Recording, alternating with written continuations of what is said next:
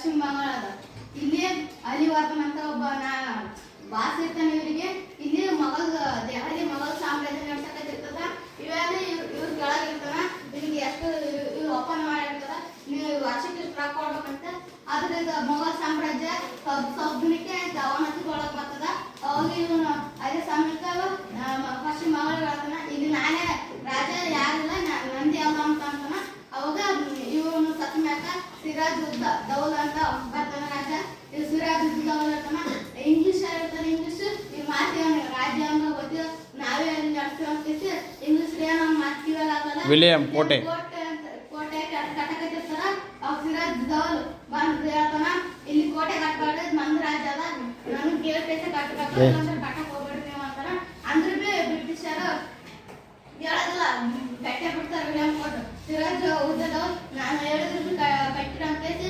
ಅವ್ರ ಇದು ಕೋಟೆ ಹೊಡಿತಾನ. ಕೋಟೆ ಹೊಡೆದ್ರ ಬ್ರಿಟಿಷರಿಗೆ ಭಾಳ ಜಗ್ಗೆ ಸಿಟ್ಟು ಬಂದ್ಬಿಡ್ತದ.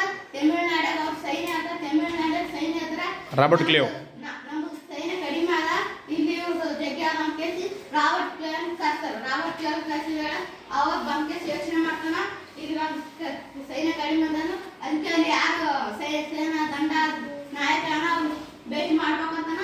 ಅದು ಭೇಟಿ ಮಾಡಿ ನಿಮ್ಗೆ ಹೇಳ್ತಾನ, ನೀ ಎಷ್ಟು ಜನ ಮೀರ್ ಜಾಫ್ರಿಗೆ ಹೇಳ್ತಾನ, ನೀ ಎಷ್ಟು ಜನ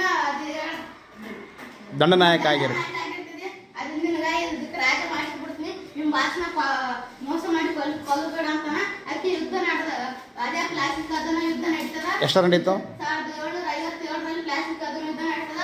ಅವಾಗ ಇವ ಮೋಸ ಮಾಡಿ ಭಾಷಣ ಸಿರಾಜ್ ಉದ್ದೋಲಿಗೆ ಅನ್ಬೇಕು ಆ ಸಲ. ಉದ್ದವಲಿಗೆ ಕೊಲ್ಲು ಬಿಡ್ತಾನ.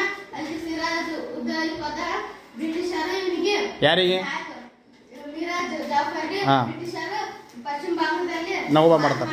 ನವಾಬ ಮಾಡ್ತಾರೆ. ನವಾಬ ಮಾಡ್ಮೇಲೆ ಇವ್ ಸ್ವಲ್ಪ ದಿನ ಮಾಡಕತ್ತಿರ್ತಾನ. ಅಂದ್ರೆ ಇವಂದು ಏನು ಇರೋದಿಲ್ಲ, ಇಂಗ್ಲೀಷರ್ ಹೆಂಗ್ ಹೇಳ್ತಾರ ಹಂಗೆ ಕೇಳ್ಬೇಕಾಗಿ ಕೈಗೊಂಬೆ ಆಗಿ ಕೆಲಸ ಮಾಡ್ತಾನೆ. ಕೈಗೊಂಬೆ ಆಗಿ ಕೆಲಸ ಮಾಡ್ತಾನ. ದಿನ ಹೆಸರೇನೇನು? ನಾಗಾರ್ಜುನ ಹೇಳ 7ನೇ ತರಗತಿ.